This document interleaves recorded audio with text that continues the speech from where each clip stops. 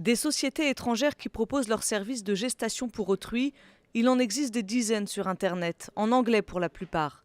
Cette agence américaine, elle, a choisi de s'adresser aux Français dans leur langue. Nous aidons des couples et des individuels de toute race et orientation sexuelle à sélectionner une donneuse d'ovocytes et une mère porteuse. L'agence américaine organise aussi des réunions d'information dans les pays où la GPA est légale, mais aussi en France où elle est interdite. Les opposants à la GPA s'élèvent contre ces démarches commerciales. Une plainte a même été déposée.